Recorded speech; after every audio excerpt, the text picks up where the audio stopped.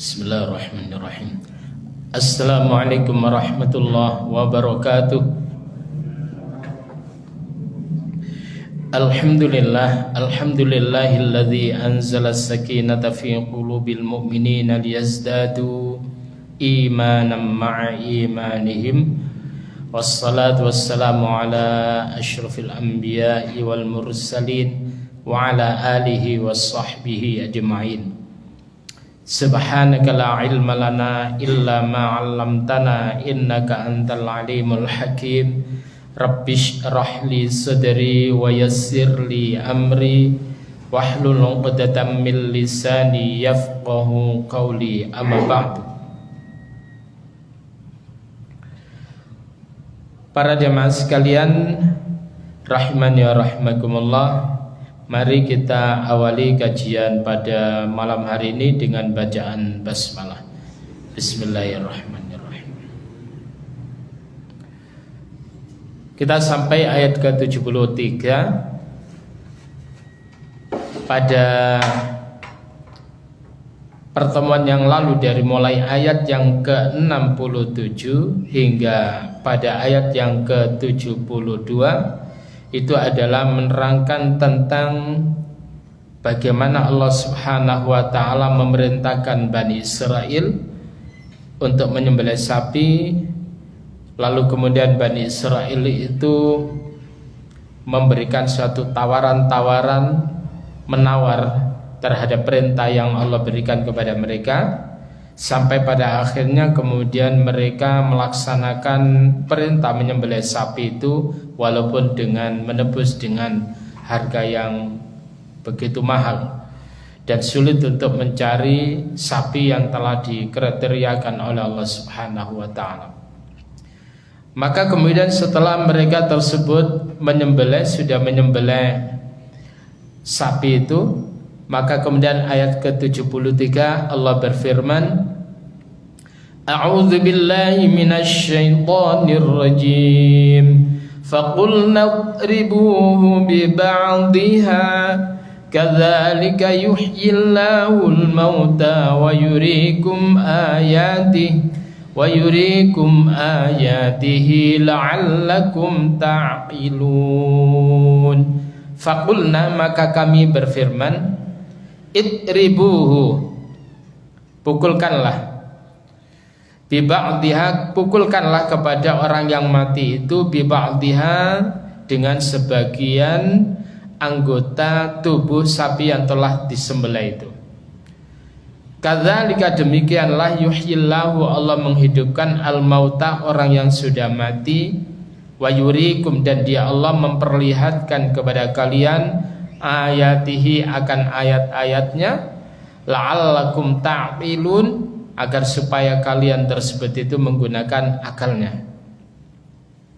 Para jemaah sekalian, pada ayat yang ke-72 yang lalu kita telah mempelajari tentang ayat bagaimana Bani Israel itu hampir saja terjadi suatu kerusuhan massal dikarenakan adanya seorang laki-laki yang terbunuh, di mana pembunuhnya tersebut itu tidak diketahui. Setelah itu kemudian datanglah seseorang kepada Nabi Musa alaihissalatu wassalam, wahai Nabi Musa, tolong engkau berdoa kepada Allah agar supaya Allah itu menunjukkan siapa orang yang membunuh pamanku itu. Si laki-laki ini adalah keponakan dari orang yang terbunuh itu. Maka kemudian Nabi Musa berdoa kepada Allah, lalu kemudian turunlah perintah ini. Maka kemudian apa kata Allah? Faqulna idribuhu, pukulkanlah ia, orang yang telah mati itu, biba'diha, dengan sebagian anggota sapi yang sudah disembelih itu. Ada yang mengatakan menggunakan ekornya, ada menggunakan telinganya, ada menggunakan macam-macam. Intinya sebagian anggota sapi itu telah dipukulkan kepada orang yang mati tadi. Begitu kemudian dipukulkan maka hidup. Jadi pemuda tadi itu tidak yakin bahwa pamannya itu akan dihidupkan oleh Allah dengan cara itu. Ternyata subhanallah, begitu dipukulkan maka kemudian Allah menghidupkan orang yang sudah mati. Setelah itu kemudian Nabi Musa itu bertanya kepada si orang yang telah hidup kembali tadi, man qatalaka? Maaf, keliru arah kiblatnya.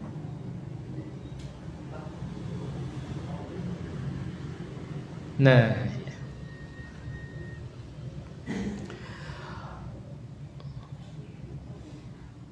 begitu kemudian dihidupkan kembali, Nabi Musa bertanya, man qatalaka? Siapa yang membunuh kamu? Maka kemudian si paman tadi yang telah dihidupkan mengatakan, ibnu akhi, yaitu anak laki-laki dari saudaraku, yaitu ponakannya tadi itu yang lapor kepada Musa, itulah yang membunuh. Artinya adalah seolah-olah bukan dia pembunuhnya. Jadi membuat alibi, kayak dia adalah orang yang berupaya untuk mencari siapa pelaku pembunuhnya. Orang tidak percaya bahwa dialah pelaku pembunuhan. Nah, saat ini banyak model-model begitu itu. Ya, itu kemudian dipraktekkan oleh Sambo. Nah, para jamaah sekalian rahimani wa rahimakumullah. Demikianlah kemudian dia Allah memperlihatkan kepada kalian akan ayat-ayatnya, kekuasaannya. Dan Allah itu di dalam menghidupkan makhluknya itu dengan cara macam-macam. Ketika Nabi Ibrahim alaihissalatu wassalam, beliau tersebut, waalaikumsalam, ketika beliau tersebut itu menginginkan ya bagaimana cara Allah itu menghidupkan yang telah mati. Dan itu diterangkan oleh Allah dalam surah Al-Baqarah pada ayat yang ke-260 itu. Wa idz qala Ibrahimu rabbi arini kaifa tuhyil mauta qala awalam tu'min qala bala walakin liyatma'inna qalbi qala fakhudh arba'atan minat tayr fasurhunna ilaika thumma ij'al ala kulli jabalin minhunna juz'a thumma da'uhunna ya'tinaka sa'ya. Jadi dan ingatlah ketika Ibrahim alaihissalatu wassalam itu berkata, Rabbi ya Tuhanku, arini, perlihatkan kepadaku, kaifa tuhyil mauta, bagaimana cara engkau tersebut itu menghidupkan yang sudah mati. Maka kemudian Nabi Ibrahim itu ditanya, loh kamu itu apakah belum yakin? Maka kemudian Nabi Ibrahim mengatakan, qala bala, mboten ngoten ya Allah, saya yakin ya. Walakin liyatma'inna qalbi, akan tetapi supaya hal itu menjadikan bertambah yakinnya saya kalau engkau tersebut itu adalah bisa menghidupkan yang sudah mati. Ya. Para jamaah sekalian rahimani wa rahimakumullah, apa yang terjadi? Nabi Ibrahim itu disuruh oleh Allah untuk mengambil 4 bangsa burung. Fakhudh arba'atan minat tayr. Setelah itu fasurhun. Setelah itu kemudian hancurkan, encal-encalan, mutilasin. Setelah itu digabung jadi satu itu, uble-ubleen. Ya bahasa sekarang itu. Kemudian apa? Fasurhunna ilaik summa ja'al ala kulli jabal. Setelah itu kemudian jadikan bagian-bagian itu di atas gunung-gunung itu. Sini bagian ini, bagian ini. Jadi 4 bangsa burung dicampur jadi satu, ya ususe, ya dagingnya, ya macam-macam, sak bulu-bulune itu. Lalu kemudian diletakkan di tempat-tempat yang berbeda. Tsumma du'uhun, setelah itu kamu panggil mereka itu. Ya'tinaka sa'ya, mereka pasti akan datang kepadamu dengan begitu cepat membentuk formasi sebagaimana burung pada awalnya. Artinya apa? Lebih dahsyat dari apa yang dialami oleh Nabi Isa alaihissalatu wassalam. Nabi Isa itu satu orang kemudian sudah meninggal lama kemudian hidup. Tetapi ini enggak, empat bangsa burung, ruwetnya luar biasa ini. dijadikan satu, diublek jadi satu di tempat yang berbeda-beda, lalu kemudian menyatu kembali membentuk formasi atau bentuk awalnya, itu kembali bentuk awalnya. Jadi tidak ada kesulitan bagi Allah untuk menghidupkan yang telah mati. Maka kemudian hadirin yang berbahagia, kalau kita lihat di dalam surah Yasin, surah yang ke-36 ya, pada ayat yang ke-78. A'udzu billahi minasy syaithanir rajim. Wa daraba lana masalan wa nasiya khalqah qala man yuhyil 'idhama wa hiya ramim. Wa daraba lana masalan, dan dia Allah membuat perumpamaan untuk kami. Wa nasiya khalqah, dan melupakan asal kejadiannya. Lalu kemudian ia tersebut berkata, qala, ia berkata, may yuhyil 'idhama, orang yang sudah lupa akan kejadiannya tadi dijadikan lupa oleh Allah, itu dia mengatakan, may yuhyil 'idham, siapa yang bisa menghidupkan tulang belulang, wa ya ramim, sedang tulang belulang itu sudah hancur, sudah lembut, sudah berkalang tanah. Siapa yang bisa menghidupkan itu? Maka kemudian dijawab oleh ayat berikutnya, ayat 79. Qul yuhyyihalladzi ansha'aha awwala marrah wa huwa bikulli khalqin alim. Katakan Muhammad, yuhyiha, yang akan menghidupkan kembali tulang belulang yang sudah hancur adalah alladzi ansha'aha awwala marrah, yaitu zat yang telah menciptakan awal kali. Yang menciptakan awal adalah Allah, nanti yang menghidupkan itu adalah Allah lagi. Wa huwa bikulli khalqin alim, dan dia Allah tersebut itu alim, maha mengetahui, bikulli khalqin, terhadap segala ciptaannya. Jadi jenengan itu nyoba main puzzle, ya, main puzzle yang ruwet-ruwet itu, jangan yang gede-gede, yang ruwet-ruwet itu. Lalu kemudian beberapa puzzle itu kemudian ditumplek, katakan 4 itu. Lalu kemudian apa? Dicampur-campur. Kira-kira jenengan itu butuh waktu berapa lama untuk kemudian mengembalikan puzzle tadi? Apalagi jenengan belum tahu. Wes pokoknya iki bentuknya apa iki? Langsung itu kita pasti membutuhkan waktu lama. Paling minta sik gambar awalin di, kan gitu. Allah tidak. Paham ya? Karena Allah itu sudah tahu, mengenal semua makhluk dari awal hingga akhir, nanti kemudian mengembalikan kayak apa, tahu. Tidak ada kesulitan bagi Allah. Jadi tidak ada kesulitan bagi Allah untuk mengembalikan makhluk yang telah dihancur leburkan oleh Allah Subhanahu wa taala. Wa huwa bikulli khalqin alim, dan Allah itu adalah maha mengetahui terhadap segala ciptaannya. Jadi para jamaah sekalian rahimani wa rahimakumullah, ini adalah ayat pada saat itu ditunjukkan oleh Allah kepada Bani Israel betapa hebatnya Allah mempertontonkan cara Allah menghidupkan yang sudah mati. Ini adalah di antara satu cara, ada begitu banyak cara. Ya. Cara yang berikutnya apa? Cara yang dialami oleh Uzair. Cara yang dialami oleh Uzair, yaitu disebutkan pada ayat sebelumnya tadi, ayat 259 dalam surah Al-Baqarah itu. Au kalladzi marra ala qaryatin wa hiya khawiyatun ala urushiha qala anna yuhyi hadhihi Allahu ba'da mautiha fa amatahu Allahu mi'ata amin thumma ba'atsah qala kam labith qala labithtu yauman aw ba'da yaum. Jadi luar biasa itu. Atau seperti orang yang melintasi suatu negeri di mana negerinya itu sudah hancur luar biasa itu. Katakan wis mbuh kena puting beliung, mbuh kena apa itu hancur itu sudah, atap-atapnya itu sudah hancur. Lalu kemudian si Nabi Uzair itu berkata, dia anna yuhyi hadhillahu ba'da mautiha. Bagaimana cara Allah menghidupkan dia negeri yang apa namanya sudah mati ini? Maka kemudian fa'amatahullah. Maka kemudian Allah matikan Uzair itu.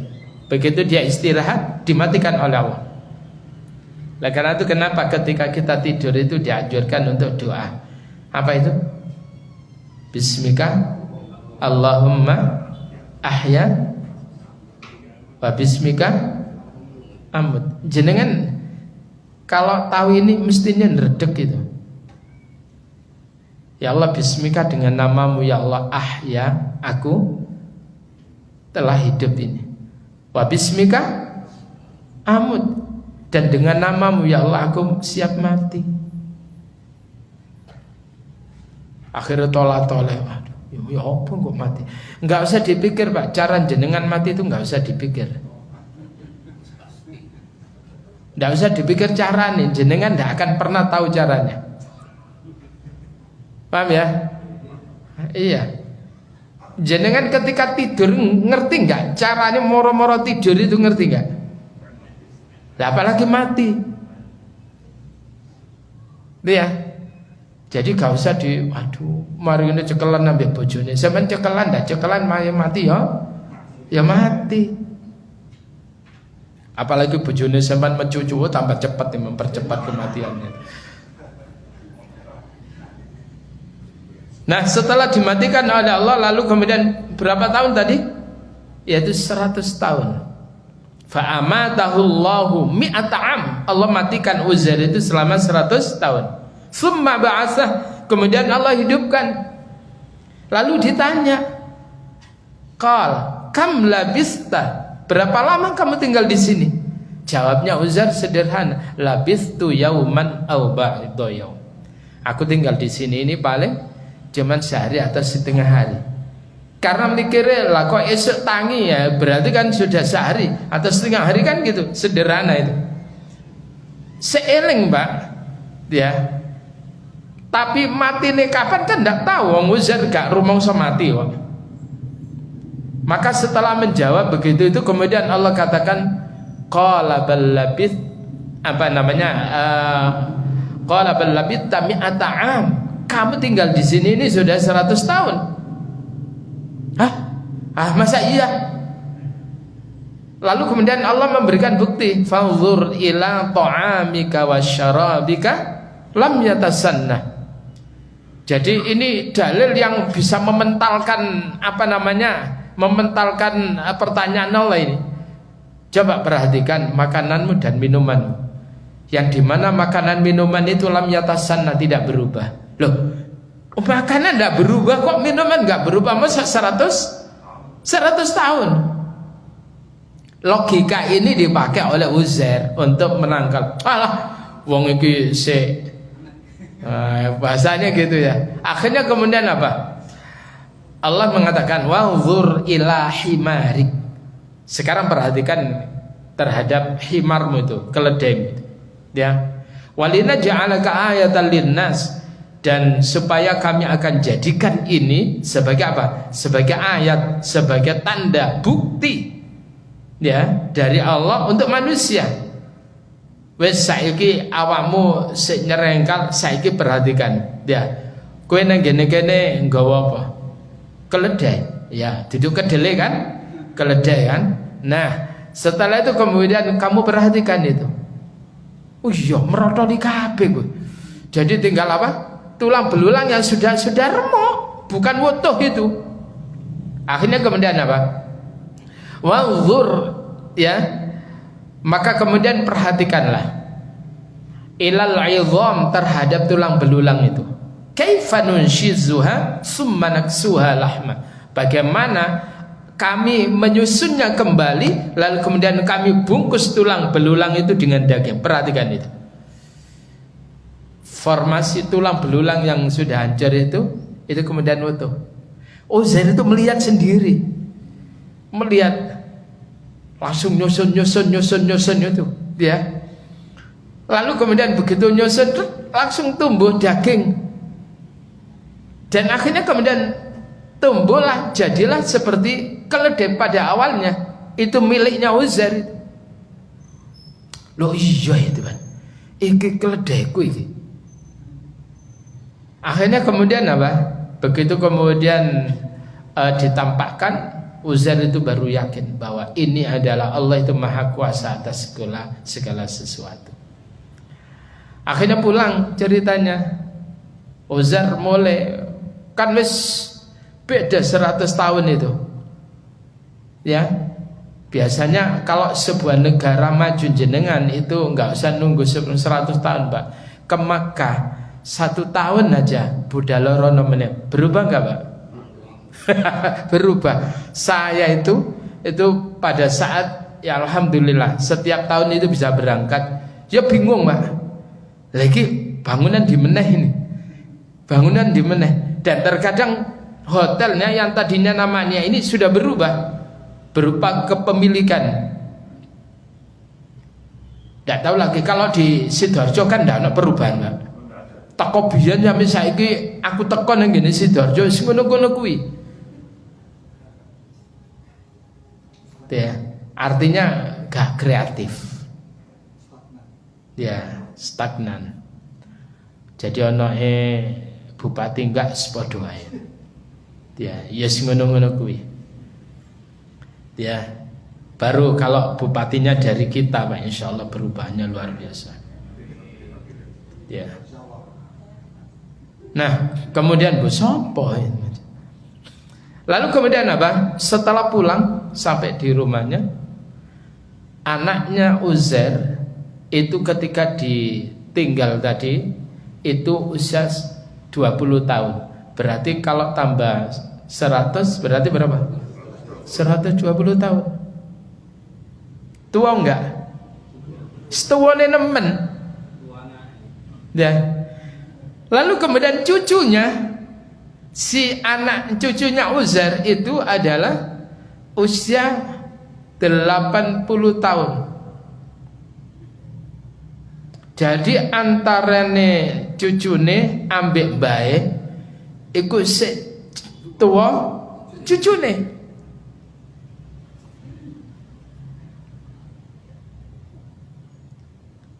Jadi begitu nyampe sana, ya, Assalamualaikum, waalaikumsalam.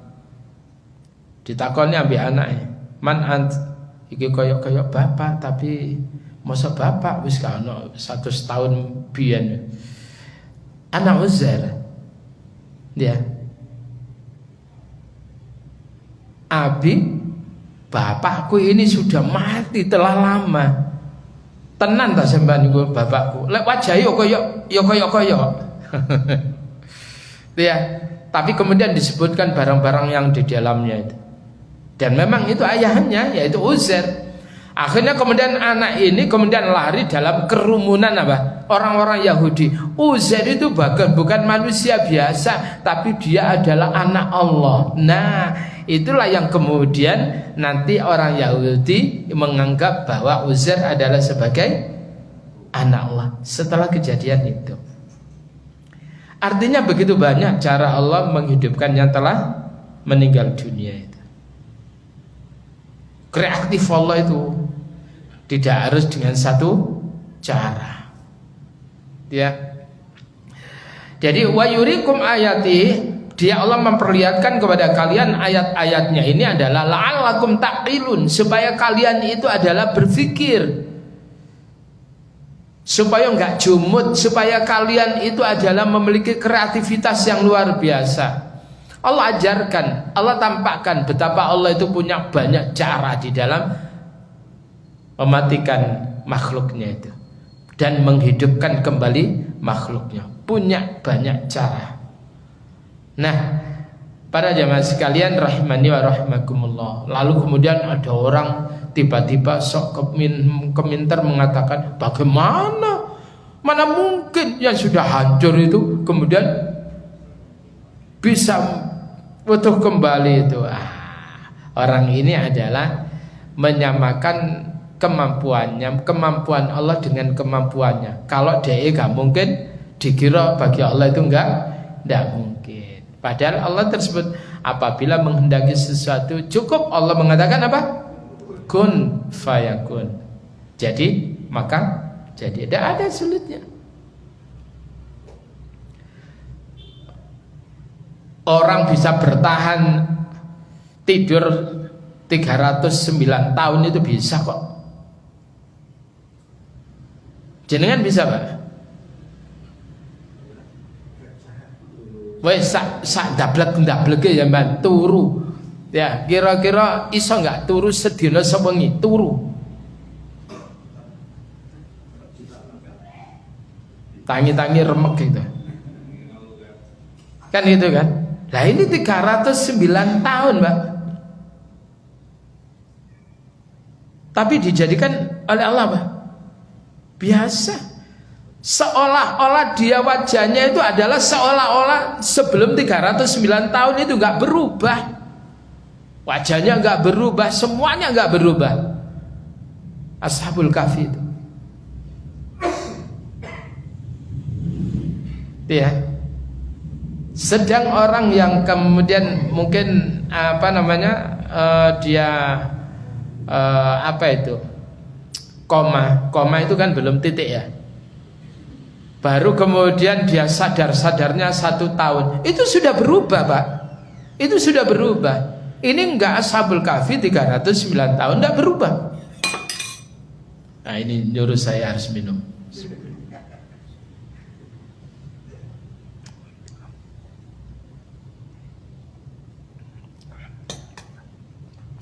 Kode supaya segera diminum. Para jamaah sekalian, harapannya apa? Setelah kemudian Allah tampakkan kekuasaannya itu, harapannya adalah mereka menjadi orang yang taat kepada Allah. Harapannya semakin yakin betapa Yaumiddin, hari pembalasan itu ada. Paham ya? Tapi apa yang terjadi? Ayat 74, summa qasat qulubukum mim ba'di dzalika fahiya kal hijarati aw asyaddu qaswah. Summa, kemudian qasat, menjadi keras, qulubukum, hati-hati kalian, mim ba'di dzalik, dari setelah peristiwa itu, dari setelah ditampakkannya bagaimana Allah menghidupkan seseorang yang telah mati tadi itu kemudian bisa hidup lagi cuman dengan sentuhan apa?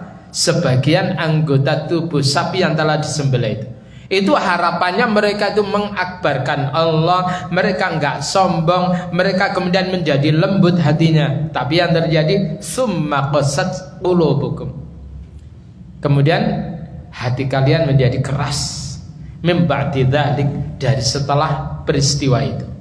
Gak malah tambah nurut, malah tambah coba. Adanya orang meninggal dunia, kita mengantarkan orang jenazah tersebut itu ke pemakaman. Harapannya apa sih? Pertama, supaya awak dewe enggak nakal meneh. Kan gitu kan? Supaya hatinya itu menjadi lembut, supaya ingat atau takut kepada Allah itu muncul. Malah nalikane dalam prosesi penguburan cekikian enggak karu-karuan itu. Begitu kemudian jenazahnya kok gede, gede, awamu gede sesuk kaya wabot itu, cekikian malah itu. Padahal harapannya adalah dengan adanya orang yang meninggal dunia itu menjadi ibrah. Orang yang bertakwa itu kafa bil mauti wa'idhan, cukup bagi orang bertakwa itu adanya orang mati itu menjadi wa'idhon, menjadi nasihat untuk dirinya. Waduh, aku mari ini mati rek. Jadi itu mengingat. Maka kemudian Nabi itu menyuruh kepada kita, aksiru zikra hadimil ladzat. Aksiru, perbanyaklah kalian zikra hadimil ladzat, untuk mengingat tentang hal yang bisa menghancurkan kelezatan, yakni al-maut. Perbanyaklah kamu ingat mati. Ben arepe nyambut gawe iku gak nakalan. PPRP nimbang itu gak ngurangi timbangan. Ya, orang kalau ingat mau mati, dia akan berupaya untuk menata hidupnya, memperbaiki dirinya dan sebagainya. Tapi apa yang terjadi tadi? Justru kemudian hati kalian menjadi keras dari setelah itu. Fayyakal hijarah, sampai kerasnya itu adalah kal hijarah, seperti bebatuan. Mulane wong wis satos atine ku angel tuturane wong ngarani watu wong ya. Iku watu nang atos iki. Aw asyaddu qaswah, atau lebih keras daripada batu tadi. Lu nemen atose. Batu itu kalau ketetesan des bolong. Apalagi kena panas, udan, kena panas, udan, akhirnya apa? Pecah, lapuk. Tapi kalau hati manusia yang keras itu diombak gak teles, DP gak garing, diobong, coba. Iku lewes menungso lewes kadung watu nenan keras hatinya itu begitu. Ya. Au asyaddu qaswa wa inna minal hijarati lama yatafajjaru minhul anhar. Karena sesungguhnya di antara bebatuan itu ada yang kemudian yatafajjar, yang memancarkan, yang mengalirkan minhu dari badannya al-anhar, yaitu sungai-sungai. Jadi ada sungai-sungai yang airnya deras, itu justru apa? Lewat bebatuan itu. Jadilah ono kali semakin banyak batunya, semakin seger apa semakin apa Pak? Seger. Yo bening yo seger ya. Tapi lek gak ono watune Pak. Apa maneh kadek tanah gak paras gitu. Endut albutakku dan sebagainya itu. Nah, jadi saelek-elek watu itu masih bisa mengalir sungai-sungai yang dengan aliran yang deras itu. Wa inna minha lama yashaqqaqu fayakhruju minhul ma. Dan di antara sebagian batu itu ada batu yang pecah Pak. Entah itu karena retakan apa, proses apa, lalu kemudian memancar dari pecahan itu air yang begitu luar biasa memancar. Wis ngono ku banyune mesti tambah seger itu Pak. Saya sering kali mengumpamakan jenengan kalau ke Tanah Lot Bali. Saya dulu itu pernah ke sana. Ya, saya cilik Pak. Ya, jadi saking belum fahamnya waktu itu sholat jamak kosor gitu ya. Nah, ya guyonan ngene ae mari. Ya apa subuh iku dijamak mbek zuhur.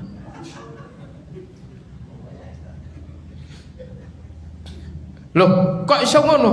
Iya ben dulinane tuwuk. Ngerti ya? Dulinane tuwuk gak keganggu salat. Lah terus ya engko asar ya ambil maghrib itu. Kandane kok. Jadi belum sampai pelajarannya itu. Nah, akhirnya kemudian apa? Di Tanah Lot itu umur segitu itu ndablek-ndableknya nah. Ada katanya ular suci itu ya. Ular koneng ya tak rogo Pak, tak cukup ular itu. Bismillah, gak apa-apa. Ya. Wan ndablek-ndableknya anak itu. Akhirnya kemudian ada air kan yang dari karang yang besar itu air suci. Tak kayak memang waktunya zuhur itu. Saya pakai wudhu sama teman-teman. Ya salatnya gono-gono Pak. Cuman yo gak zuhur tak jamak ambek subuh mau ya enggak. Ya, akhirnya kemudian apa? Saya berpikir itu kenapa air itu bisa tawar? Padahal itu adalah deburan ombak dari, nah, karena tersaring dari himpitan-himpitan karang-karang tadi itu, maka kemudian munculnya air yang, nah, jadi saelek-elek watu atau sewatu itu bisa menjadikan air tersebut itu menjadi segar. Tapi lek atose atine menungso ngomongi gak iso seger. Bisa Pak ngomong Pak seger sengak adanya itu. Lek ndelok ya medeni wong, lek ngomong ya gak ngenakno atine wong, ya sak pola tingkahe ku gak menyenangkan itu. Itu kalau hati seseorang itu sudah keras. Iya. Lalu kemudian apa? Wa inna minha lama yahbitu min khasyatillah, dan sesungguhnya di antara bebatuan itu ada yang jatuh meluncur karena takut kepada Allah Subhanahu wa taala. Jenengan kalau kita perhatikan di dalam surah yang ke-59 Al-Hasyr, ya, surah Al-Hasyr surat ke-59, coba lihat betapa Allah tersebut itu memberikan sebuah gambaran kepada kita, yaitu pada ayat yang ke-19, ayat yang ke-21.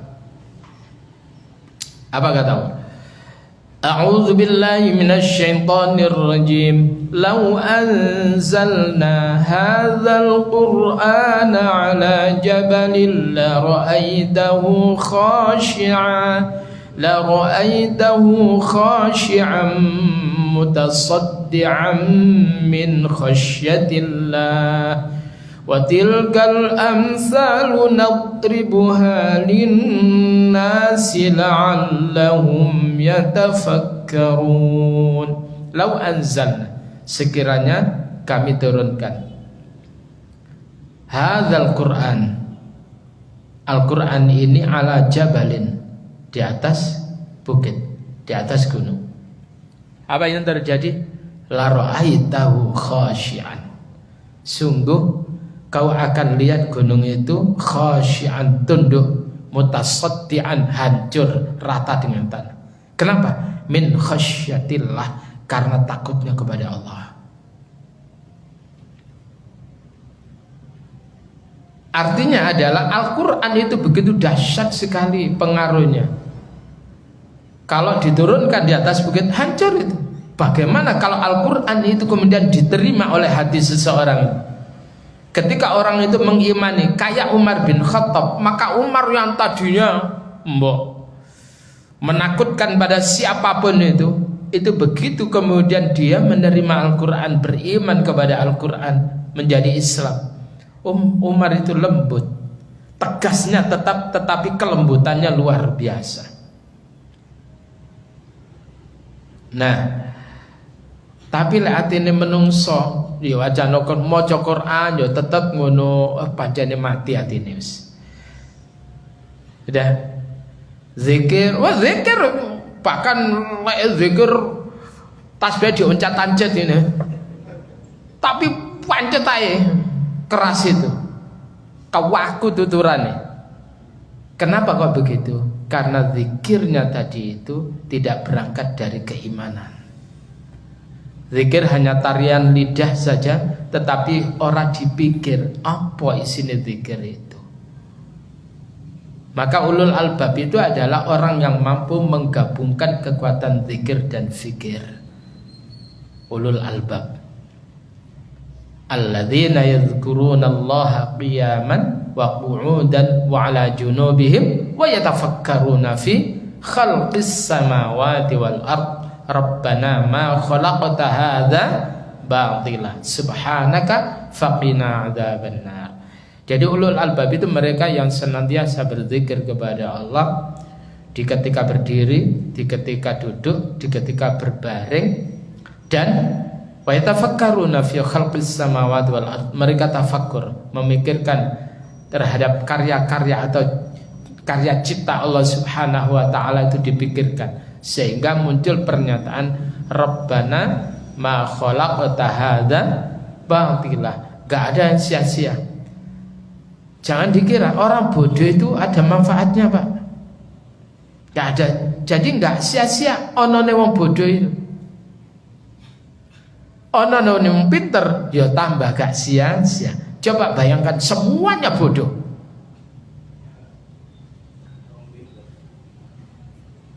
Semuanya bodoh. Orang yang pinter gimana, Pak?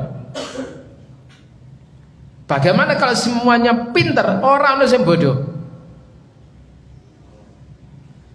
Sudah, Pak, untuk mencari pemimpin aja susah itu kalau semuanya pinter. Paham ya?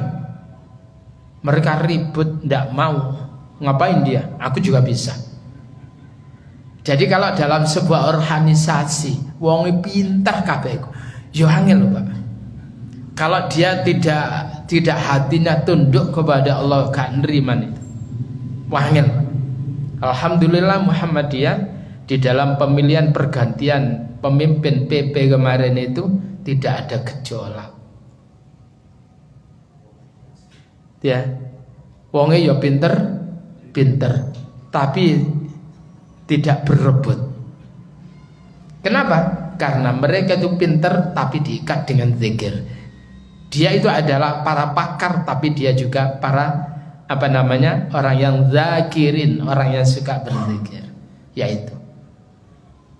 Bahkan dalam istilahnya pergantian kepemimpinan di Muhammadiyah itu gergeran, kalau di luar sana gegeran.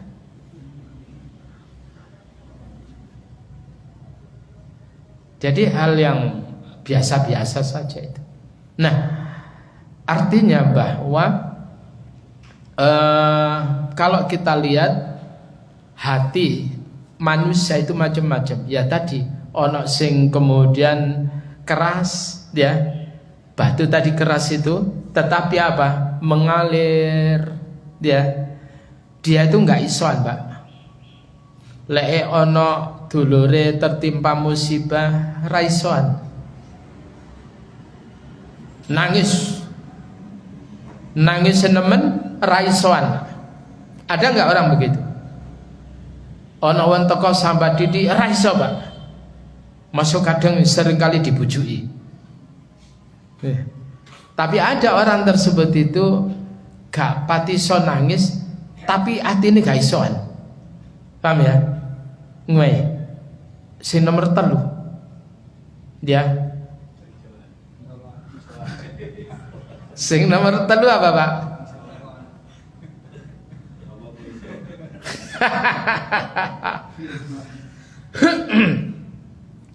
Ada orang musibah itu, dia tersebut itu kemudian gak bantu gak? Barang terbantu semuanya kumpul diembat sendiri. Itu yang nomor 3 itu. Ada nggak model begitu itu? Ada. Itu super mentolo itu. Kalau nomor 4 ini, Pak, nomor 3 tadi itu ada orang begitu nangis raiso, ya, bahkan leleh gak iso, Pak. Tapi atine sing mikir, ya ini yo masih lumayan. Si nomor 4 mau kenemenan mau nangis ora, berbesmili ora, hatine kemudian ada ibalah ora, malah lono sumbangan diambil. Ya sisiku model si nomor 4 itu. Ada gak di negeri kita itu model begitu, Pak? Oh banyak. Negeri dongeng. Ya, Indonesia ini negeri, masya Allah, negerinya Arya Kamandanu ini penuh dengan kisah-kisah yang memilukan dan memalukan itu. Nah, para jamaah sekalian, coba kita lihat di dalam surat 39. Jadi ada beberapa hal yang bisa menjadikan hati seseorang itu lembut, Pak. Di antara lain adalah membaca Al-Quran. Baca Quran itu bisa melembutkan hati, termasuk zikir tadi. Dia alladzina amanu wa tatma'innu qulubuhum bidzikrillah, ala bidzikrillah tatma'innul qulub. Orang-orang beriman itu hati mereka itu damai karena berzikir kepada Allah. Ingatlah dengan berzikir kepada Allah, tatma'innul qulub, akan menjadi lembut. Cuman zikirnya yang mau, zikirnya kudu difikir, dirasane. Apa itu la ilaha illallah, dirasane, Pak. Enggak begitu, enggak. Paham ya? Lalu kemudian apa? Yang kedua itu baca Quran. Silakan pada ayat yang ke-23. Surah Az-Zumar, surah 39. Allahu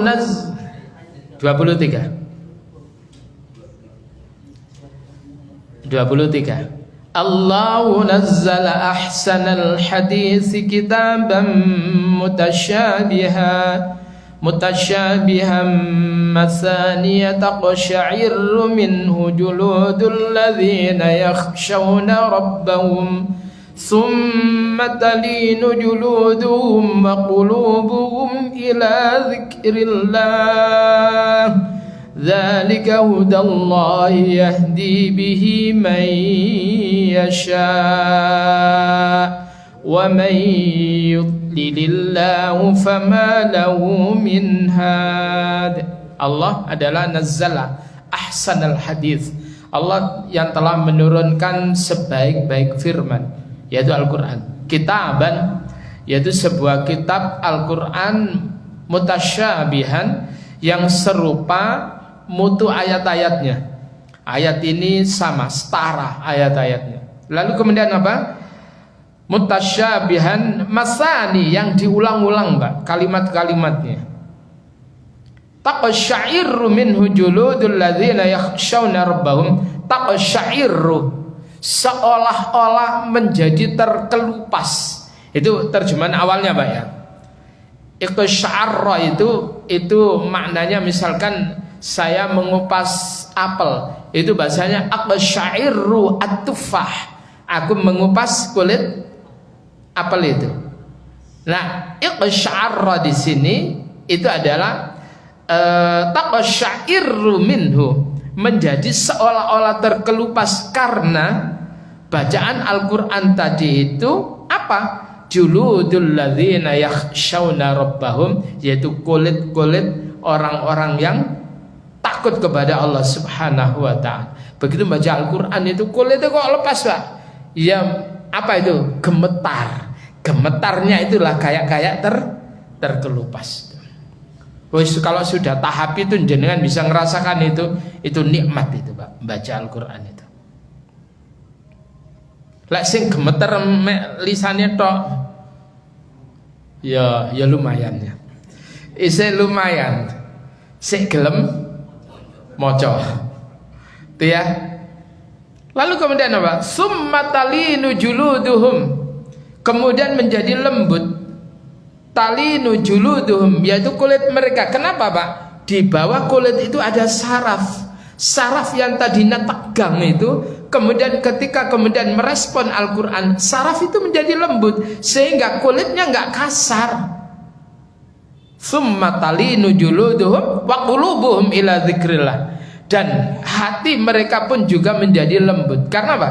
Karena mengingat Allah. Lah ya apa carane maca Quran mengakibatkan nggak begitu tuh? Macane Quran iku kudu sing ikhlas. Lek maca Quran iku sing penting iku adalah bener, masya wapi, gak apa-apa, Pak. Sing penting bener walaupun bagus tadi. Angen-angen sak maknane. Nah, itu baru akan berakibat ke sana, gemetar. Ada yang bergetar, Pak, itu bukan gedek gitu. Jenengan tahu di Qatar ini, Pak. Di Qatar sekarang ini, maka ketika orang-orang yang mendengarkan azan, yang di negaranya belum pernah mendengarkan azan, tiba-tiba di Qatar dia mendengarkan, wah, luar biasa, ini indah sekali. Lalu kemudian ada orang sholat di masjid, dia nunggui, Pak, dia ingin tahu. Kemudian ketika Al-Quran dibacakan, itu gemetar, banyak masuk Islam. Sekarang itu 2000 lebih yang sudah masuk Islam itu. Supporter sepak bola itu banyak yang masuk Islam, itu sudah 2000 lebih. Karena memang Qatar itu punya komitmen, kami ini siap untuk menjadi tuan rumah perhelatan akbar sepak bola itu adalah kami jadikan sebagai media dakwah. Wis diniati, Pak. Ono sing bagian dum-dum godong, ya. Bagian kain sing pakaiane perempuan yang mencetet itu dikai kain. Ya. Itu begitu ramah. Ya tunggu marine balekno meneh enggak. Silakan dinikmati, dipakai, dimiliki. Coba bayangkan. Lah bendina iku kudung pira, Pak? Ya. Belum lagi setiap masuk setiap masuk lapangan itu setiap orang itu menerima menerima yaitu parfum, Pak, 2 parfum yang harganya satu itu kira-kira cuman antara 750 hingga 1 juta rupiah.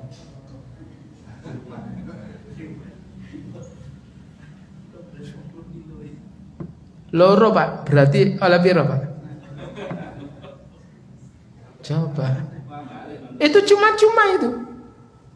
Kemarin itu mereka dikasih kesempatan makan gratis nasi kebuli. Rono ta?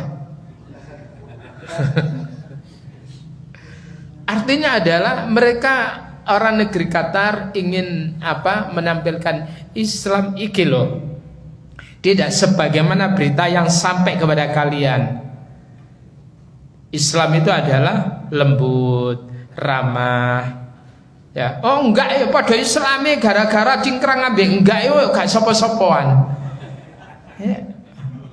Memalukan ini. Oh, semakin ngaji ku kan semakin akor, enggak, semakin ngaji malah semakin menjaga jarak ambek dulure. Iki ngajine sing enggak bener, Pak. Ya. Mosok imamnya didelok cingkrang apa enggak? Pak cingkrang wis mulai nyengkre. Saya kadang mesakne ndelok orang-orang kita ini. Belajar durung tutuk adoh, duline durung adoh, wis gampang nyalahno wong. Nah ini. Dulene sing adoh, belajare sing wakeh. Paham ya? Gurune aja cukup siji kutok. Saya itu lintas, Pak, guru itu. Banyak guru saya itu. Gak gampang nyalakan. Itu ya. Oke, itu. Jadi Al-Quran itu adalah untuk terapi jiwa kita. Supaya semakin hari semakin lembut. Lek ati kos lembut, Pak, pasti bahagia. Dan yo bojone sampean ayu, wis tambah bahagia. Tapi masa bojone sampean wayu, lek ati sampean itu watos, gak bisa bahagia, Pak. Gak bisa. Apa mana bojone gak ayu, rewel bisa. Tambah nemen. Wis rewel ngono, utangan bisa. Rugi dunia akhirat, ditukar tambah ya apa? Aneh wong. Itu ya. Ada pertanyaan barangkali? Ya. Cukup ya? Ya. Dan cukup, insya Allah kita akan lanjutkan di pertemuan yang akan datang, yaitu ayat ke-75. Dan mari kita akhiri dengan doa kafaratul majelis. Subhanakallahumma wa bihamdika asyhadu an la ilaha illa anta astaghfiruka wa atubu ilaik. Assalamualaikum warahmatullahi wabarakatuh.